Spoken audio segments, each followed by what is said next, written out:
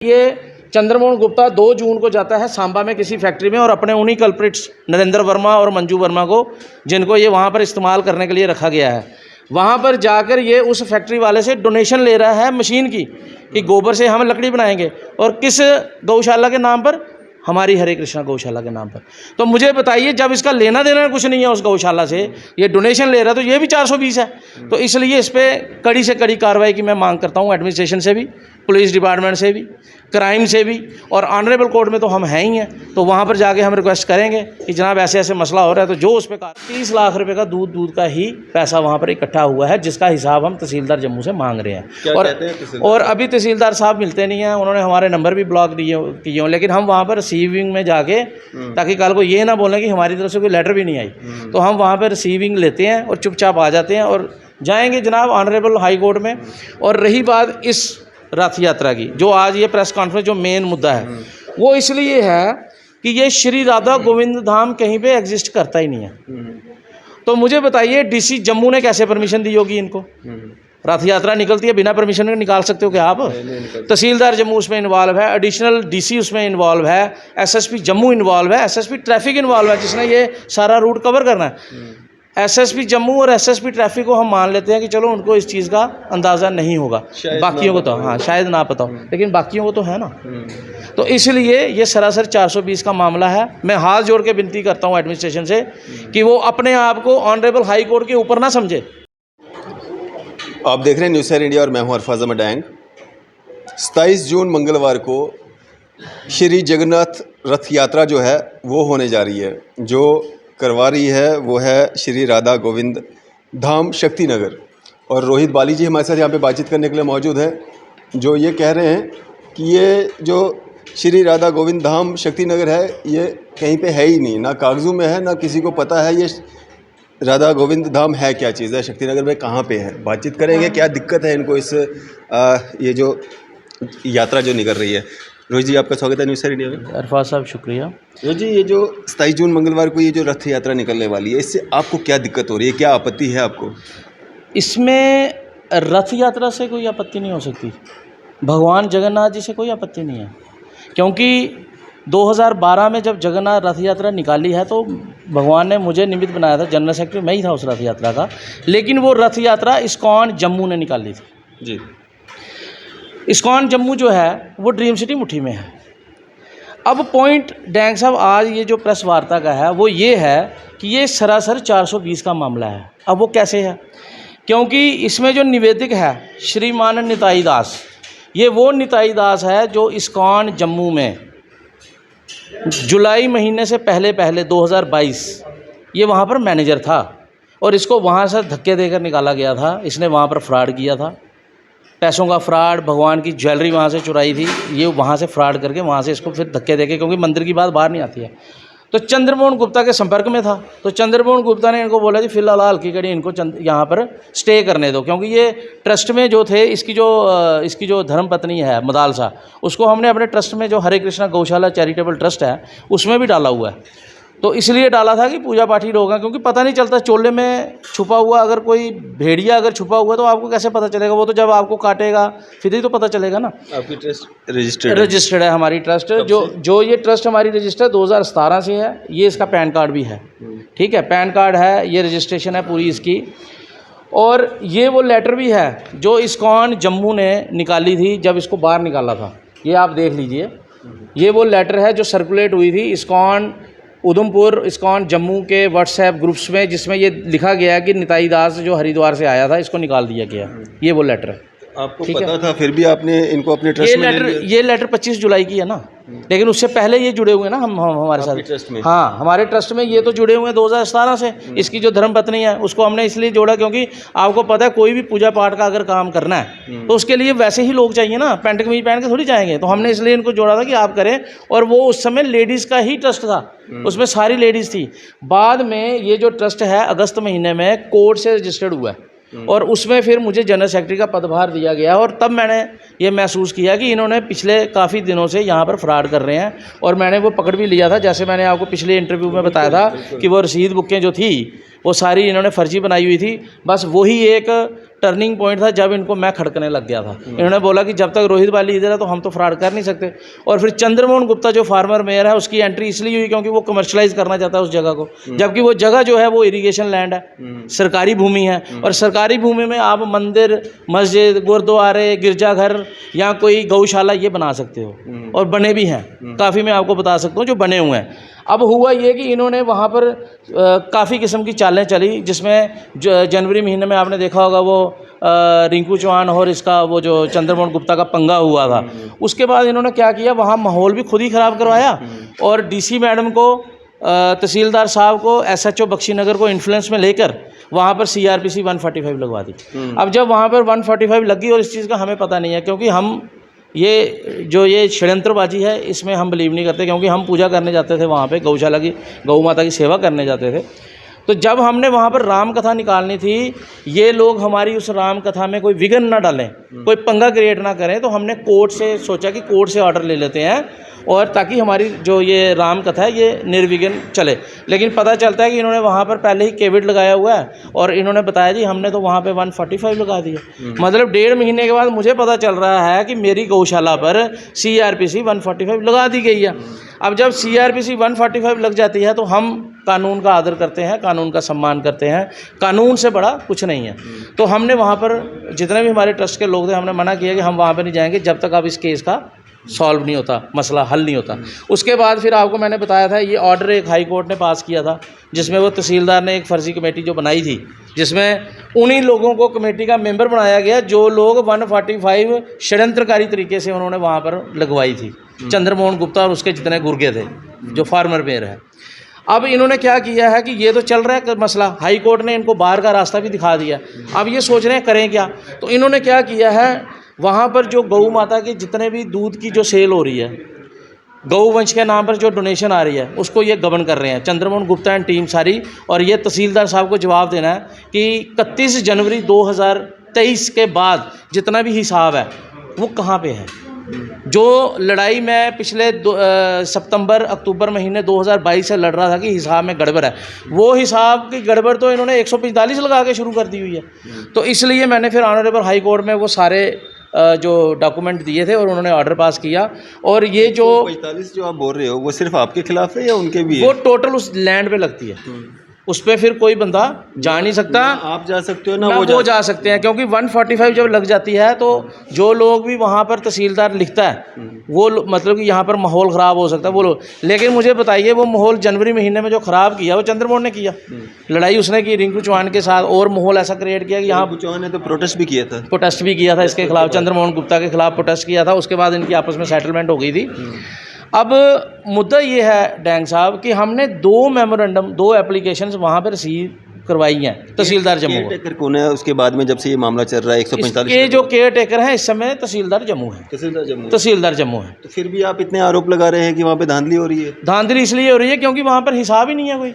अच्छा, उसके बाद सबूत ये है कि जब हम इसका हिसाब, मैंने जब पहली लेटर दी है उस लेटर में मैंने उनको हिसाब बोला है कि ये हिसाब हमारा बनता है ट्रस्ट के अकाउंट में। देखिए आप 45 145 आपके घर में लगा दी मान लो, लेकिन जो वहाँ पे या किसी के कंपनी में लगा दी, तो जो कंपनी में इनपुट हो रही है, जो पैसा आ रहा है वो थोड़ी ना तहसीलदार के जेब में जाना है या डीसी जम्मू के, वो तो ट्रस्ट के अकाउंट में जाएगा ना। तो आज तक आया नहीं है, तो हमें पता तो चले ना वहाँ हो क्या रहा है। ट्रस्ट तो हमारा ही है, लेकिन इन्होंने 145 लगाई है। हम आदर करते हैं, जब तक इस पर कोर्ट इसमें कोई फैसला नहीं देता हम कुछ नहीं कर सकते। डोनेशन आ रही है, लेकिन डोनेशन धड़ाधड़ वहाँ पे आ रही है। और उसका दूध के पैसे जो हैं अभी तक मैं आपको बता दूं जनाब, 22 लाख 60 हज़ार रुपया 24 जून तक हमारा बना हुआ है जो दूध की सेल वहाँ पे हुई, क्योंकि 25 गौवंश हैं वहाँ पे। और ये बात मैं नहीं बोलता हूँ, ये हस्बेंड्री डिपार्टमेंट के जो वहाँ पर जो ऑफिसर है उसने लिखा हुआ है कि कौन सी गाय कितना दूध देती है। और शाहीवाल सारी गायें हैं। 80 रुपये किलो के हिसाब से आप जाके वहाँ पूछ लीजिए, 80 रुपये किलो के हिसाब से वहाँ पे दूध सेल होता है। अब दूध के अगर आप हिसाब लगाते हो तो 250 लीटर हो गया, 25 गायें, मैं कहता हूँ 10 लीटर ही हमने लगाया, तो रोज़ का 20,000 का दूध हो गया। तो हमारा ये 30 जून तक हमारा 30 लाख रुपए का दूध का ही पैसा वहाँ पर इकट्ठा हुआ है, जिसका हिसाब हम तहसीलदार जम्मू से मांग रहे हैं। और अभी तहसीलदार साहब मिलते नहीं हैं, उन्होंने हमारे नंबर भी ब्लॉक किए हों, लेकिन हम वहाँ पर रिसीविंग में जाके, ताकि कल को ये ना बोलें कि हमारी तरफ से कोई लेटर भी नहीं आई, तो हम वहाँ पर रिसीविंग लेते हैं और चुपचाप आ जाते हैं और जाएंगे जनाब ऑनरेबल हाई कोर्ट में।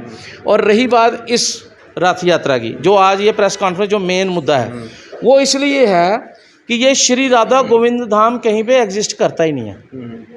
तो मुझे बताइए डीसी जम्मू ने कैसे परमिशन दी होगी इनको? रथ यात्रा निकलती है बिना परमिशन के निकाल सकते हो क्या आप? तहसीलदार जम्मू उसमें इन्वॉल्व है, एडिशनल डीसी उसमें इन्वॉल्व है, एसएसपी जम्मू इन्वॉल्व है, एसएसपी ट्रैफिक इन्वॉल्व है जिसने ये सारा रूट कवर करना है। एसएसपी जम्मू और एसएसपी ट्रैफिक को हम मान लेते हैं कि चलो उनको इस चीज़ का अंदाज़ा नहीं होगा, बाकियों को तो हाँ शायद ना पता हो, लेकिन बाकियों को तो है ना। तो इसलिए ये सरासर 420 का मामला है। मैं हाथ जोड़ के विनती करता हूँ एडमिनिस्ट्रेशन से कि वो अपने आप को ऑनरेबल हाई कोर्ट के ऊपर ना समझे, क्योंकि जब हाई कोर्ट इस पे संज्ञान लेंगे तो ये फिर बख्शे नहीं जाने वाले हैं कोई भी लोग, चाहे वो मैं हूँ चाहे ये लोग हैं। कोर्ट के क्या ऑर्डर्स हैं? कोर्ट के ऑर्डर इसमें यही थे कि ये लोग वहाँ पे जा नहीं सकते, लेकिन ये देखिए वहाँ धड़ल्ले से जाते हैं। और इसमें ये मैं आपको सबूत दे देता हूँ, चंद्रमोहन गुप्ता जो मेन जो ये षड्यंत्रकारी था, इसका मैं आपको सबूत दे रहा हूँ। ये देख लीजिए, ये 14-15 जून की इसकी फ़ोटो है गौशाला के अंदर की। आप वहाँ पर हमारे सीसीटीवी कैमरे लगे हैं, अगर ये टेम्पर्ड नहीं किए होंगे आप जाके अभी जाके निकलवा लीजिए। 14 या 15 जून की ये इसकी फ़ोटो है। ये वहाँ पे कैसे जा सकता है जब इसको कोर्ट ने मना किया हुआ है? दैट मीन्स कि तहसीलदार साहब को पता है ना, तभी तो ये जा रहा है। और अगर नहीं पता तो इस पर कार्रवाई होनी चाहिए, इस पर क्यों नहीं केस हो रहे हैं? और दूसरी बात ये है कि ये चंद्रमोहन गुप्ता 2 जून को जाता है सांबा में किसी फैक्ट्री में और अपने उन्हीं कल्प्रिट्स नरेंद्र वर्मा और मंजू वर्मा को, जिनको ये वहाँ पर इस्तेमाल करने के लिए रखा गया है, वहाँ पर जाकर ये उस फैक्ट्री वाले से डोनेशन ले रहा है मशीन की कि गोबर से हम लकड़ी बनाएंगे। और किस गौशाला के नाम पर? हमारी हरे कृष्णा गौशाला के नाम पर। तो मुझे बताइए, जब इसका लेना देना कुछ नहीं है उस गौशाला से, ये डोनेशन ले रहा है, तो ये भी 420 है। तो इसलिए इस पर कड़ी से कड़ी कार्रवाई की मैं मांग करता हूँ एडमिनिस्ट्रेशन से भी, पुलिस डिपार्टमेंट से भी, क्राइम से भी, और ऑनरेबल कोर्ट में तो हम हैं ही हैं। तो वहाँ पर जाके हम रिक्वेस्ट करेंगे कि जनाब ऐसे ऐसे मसला हो रहा है, तो जो उस पर कार्रवाई होगी वो हम। आप उस गौशाला में नहीं जाते हैं? मैं इसलिए नहीं जाता डैंग साहब, हमें मना नहीं किया किसी ने, लेकिन वहाँ पर जाके कोई, क्योंकि औरत आपको पता है ये आजकल कुछ भी उनको आजकल इख्तियार है सारे, तो क्यों मैं अपने ऊपर झूठे केस ऑलरेडी मेरे ऊपर डाले हैं इन्होंने, 295 का डाला है। तो ये इसी उसमें ताक में बैठे हुए हैं कि किसी तरह से बंदा है, किसी ना किसी तरीके से इसको फंसाओ। तो ये पिक्स कहाँ से मिल गई आपको? ये पिक्स इन्हीं के सोशल मीडिया? हाँ, सोशल मीडिया से ही मिली है। पिक्स डाल भी रहे हैं? डाल भी रहे हैं, प्रूफ भी खुद ही दे रहे हैं? प्रूफ भी खुद ही दे रहे हैं, खुद डाल रहे हैं। अगर ये खुद मेरे नंबर को तो ब्लॉक किया, अगर कर भी देंगे तो तब भी तो निकलेंगी ना। और इन्होंने ये वाली न्यूज़ जो थी ये टेक 1 पे भी आई हुई है। अच्छा। हाँ, टेक 1 चैनल पे भी ये जो 2 जून की इन्होंने मशीन ली है, इसकी न्यूज़ भी टेक 1 पे आई हुई है। और इस पर मैं चाहता हूँ कड़ा से कड़ा संज्ञान लेना चाहिए डीसी मैडम को, तहसीलदार साहब को, क्योंकि मुझे नहीं लगता कि नौकरी जो एक आप बोलते हो कि हाँ जी ईमानदारी से हम लोग कर रहे हैं, तो ये मुझे तो ईमानदारी कहीं नज़र नहीं आ रही जनाब। अब चंद्रमोहन गुप्ता जी पे काफ़ी सारे आरोप लगाते हैं और ये वहाँ पे जा भी रहे हैं, जिस तरह से आप ये दिखा रहे हैं पिक्स वगैरह, कारण क्या है? वो क्यों इतने इंटरेस्टेड है इसमें? एक्चुअली बात ये है ये डैंग साहब कि मैंने आपको पहले भी सुनाया था कि ये जब वहाँ पर माहौल ठीक था, हम इनको बुलाते थे ना गौशाला में। अच्छा, एज अ चीफ? हाँ, as a chief guest, father of the city ये बोलते थे, I am the father of the city, खिलता जमतू निखरता जम्मू। तो इनको हम बुलाते थे कि चलो हमें भी कुछ ये गौशाला को निखार दें, क्योंकि हर ट्रस्ट को लालच होता है कि जो फादर ऑफ द सिटी है उससे चलो टाइल मिल जाए, कुछ मिल जाए। लेकिन जब हम इनको बुलाते थे वहाँ पे, इनकी आदर सत्कार करते थे, उसको चलते हुए इन्होंने मेरे पास एक ऑफ़र रखा था कि हम यहाँ पर दुकानें बनाते हैं बाहर, क्योंकि आपने देखा हो जितनी भी सभाएँ हैं उनके बाहर दुकानें हैं, गीता भवन है, ब्राह्मण सभा है। तो इन्होंने बोला, तो मैंने उसको रिफ्यूज़ किया था कि ये एक तो सरकारी ज़मीन है, दूसरा गौशाला के लिए, तो मैं वहाँ पे दुकानें नहीं। लेकिन ये जो नरेंद्र वर्मा है, इनके आपस में सबके तार जुड़ गए, क्योंकि वो भी कल्प्रिट था, चोर था। और बाद में जितना भी ये सारा षड्यंत्र था उसके पीछे ये चीज़ जाहिर हो गई थी जिस दिन 19 जनवरी को वहाँ पर चंद्रमोहन गुप्ता आया था और उसने ये सारा षड्यंत्र रचा था। तो बाल साहब, दुकानें बन जाती तो वो पैसा भी तो गौशाला पे ही लगता ना? लेकिन गौ माता के लिए जगह कम पड़ जाती ना जी। 1.5 कनाल ज़मीन में आप मुझे बताओ गौशाला चलाना है या हमने उधर कोई बिजनेस करना है? अगर हम ये दूध की बात कर रहे हैं तो दूध के पैसे जो आने थे वो अकाउंट में आने थे, वहाँ से खर्च होने थे ट्रस्ट के उस डेवलपमेंट के लिए, मंदिर के लिए। अभी मंदिर पे गुंबद नहीं बना हुआ, तो इलीगली ये उसको कैप्चर करना चाहते हैं, ये बताकर कि सरकारी ज़मीन है। अरे भाई, सरकारी ज़मीन है तो सरकारी ज़मीन में कोई बाहर थोड़ी बना दी किसी ने। सरकारी ज़मीन में तो हम लोग तो गौशाला ही चला रहे हैं, मंदिर चला रहे हैं, ट्रस्ट तो अच्छा काम कर रहा है। और जब से इन्होंने 145 लगाई है, वहाँ 1 पैसे की डेवलपमेंट नहीं हुई। क्यों नहीं हुई? कहाँ जा रहा है वो पैसा? तो ये सारे का सारा षड्यंत्र है। 420 का मामला है डैंग साहब। में गायें कितनी हैं? उस गौशाला में हमारे 30 गौवंश होंगे, बाकी बच्चे मिला के 40 गौवंश होंगे, और वो भी उतना ही है, वो भी नहीं बढ़े। और इन्होंने मेरी ये गाय मार भी दी है। और मैं ये भी चाहता हूँ, हस्बेंड्री डिपार्टमेंट में मेरी सब्सिडी वहाँ पर फंसी हुई है 1.25 लाख रुपए की, जो कि डायरेक्टर शुभ्रा शर्मा ने, मैंने उनको अप्रोच किया, लेटर भी दिया उनको, वो भी दिखा सकता हूँ। उन्होंने साफ रिफ्यूज़ किया कि मैंने वो खुद दबा के रखा। उनके पास क्या इख्तियार है दबाने का, क्योंकि वो भी पॉलिटिकल इन्फ्लुएंस में उसको दबा के रखा हुआ है उन्होंने। हम कोर्ट के ऑर्डर से उनसे पूछेंगे ये बात कि आपके पास क्या इख्तियार है, जब गाय आपकी वहाँ पे आ गई है, आपने पीछे 7 लाख की सब्सिडी अगर वहाँ पे दे दी, तो ये 1.25 लाख की सब्सिडी आप कैसे रोक सकते हो? और वो सारे का सारा इन्फ्लुएंस चंद्रमोहन गुप्ते का है। तो बादल साहब, जो गायें या बच्चे वहाँ पे हैं गायों के, उनकी देखभाल हो पा रही है? कोई पता नहीं है डैंग साहब, कृष्ण भगवान के भरोसे छोड़ा हुआ है, क्योंकि भगवान को प्यारी थी। एक गाय इन्होंने मार दी है। वो जब हम वहाँ पे अकाउंटेबिलिटी करेंगे, हस्बेंड्री डिपार्टमेंट को जब नोटिस जाएगा, तो वो पता चल जाएगा कि कितनी गायें वहाँ पे कम हुई हैं और गाय की दशा क्या है, तो वो पता चल जाएगा सारा अकाउंटेबिलिटी। क्योंकि ये हम तो कानूनी लड़ाई लड़ रहे हैं जनाब। बादल साहब, गौशाला और भी हैं जम्मू में अगर हम बात करें, लेकिन इशू सिर्फ इसी गौशाला का क्यों आ रहे हैं? क्योंकि पर्सनल इंटरेस्ट है ना जी, वही तो मैं कह रहा हूँ। जब ये फादर ऑफ द सिटी थे चंद्रमोहन गुप्ता, तब ये पंचग्राही वाली गौशाला आपको याद होगा। फिर उसकी दशा भी आपको पता थी कि जब वो एडवोकेट सुप्रिया मैडम वहाँ पे गई थी और चीफ जस्टिस साहब का दौरा हुआ है, अब जाके वहाँ पे थोड़ा माहौल ठीक हुआ है। इनकी गौ भक्ति ऐसी जगहों पर क्यों नहीं होती है जहाँ पर इनकी सख्त ज़रूरत है? इनके पास पावर है, एडमिनिस्ट्रेशन है, वहाँ पर क्यों नहीं करते ये सेवा? लेकिन जो गौशाला वेल सेटल्ड है, चल रही है, उधर जाके ये अपनी इंटरफेरेंस करते हैं, वहाँ जाकर ये षड्यंत्र करते हैं, क्योंकि ये बनी बनाई पूड़ी खाना चाहते हैं। इनको करना कुछ नहीं है।